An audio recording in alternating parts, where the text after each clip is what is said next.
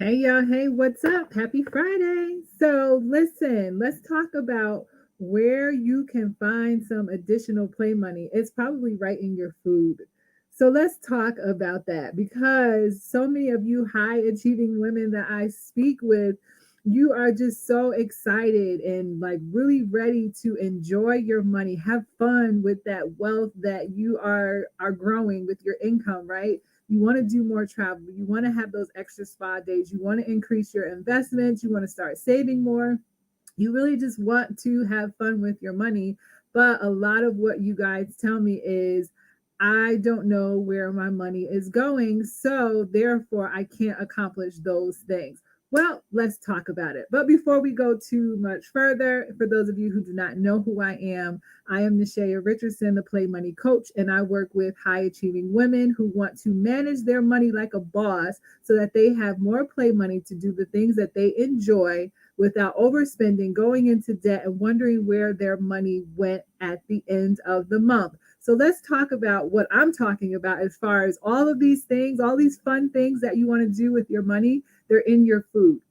So I actually suggested that today or yesterday was a good day to look at how much you spent on groceries and takeout last month, because we are eating we are eating our fun. Like, we have an abundance of food, and so sometimes we consume so much, and it's a little out of control sometimes, and we don't really notice it because we get busy, right? We have busy lives. If you have kids, your kids probably have activities now that it's back to school. Now you're in that a different schedule where you're picking up, dropping off, making sure you're packing lunches and dinner and all that stuff. And then we're still either running our business full time, or we have our business part time, working a full time job. So I understand that life can get crazy, right?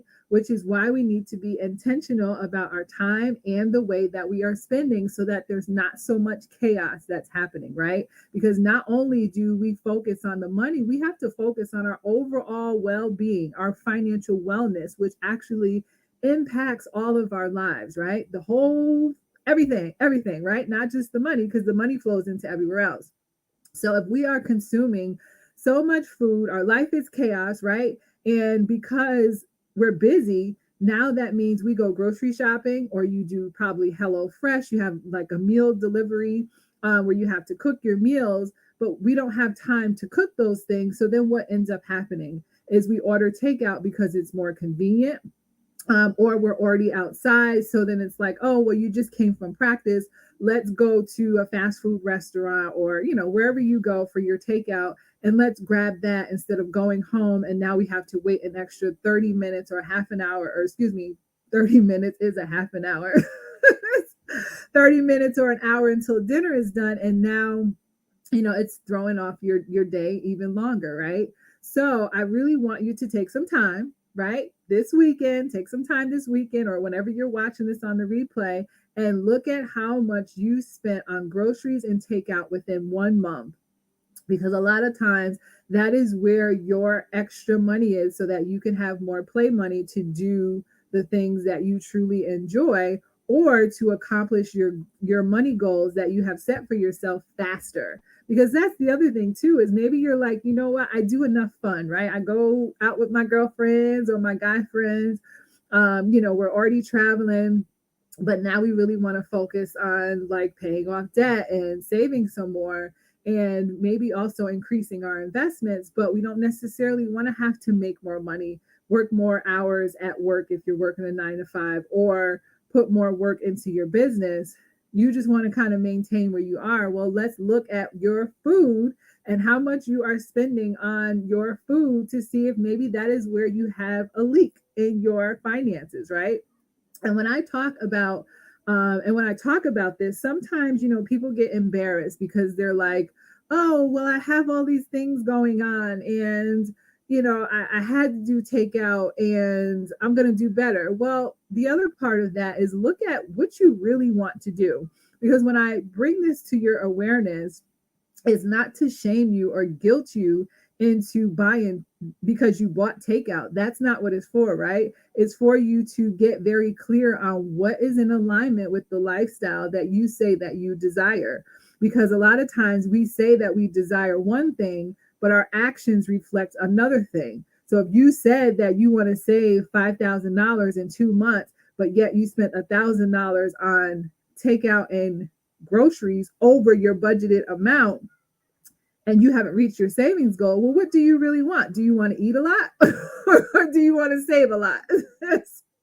So it's time for you to get very clear on what that is and why do you want to do it? Because my financial goals are not going to be your financial goals, and they may, but that is not my role as your financial coach is to make you want to do the things that I want to do with my money. No, I want you to get clear on what you want with your money and why, so that if and when we work together, we know what we're working towards so that you can really see that it's possible for you. And that is probably in your food,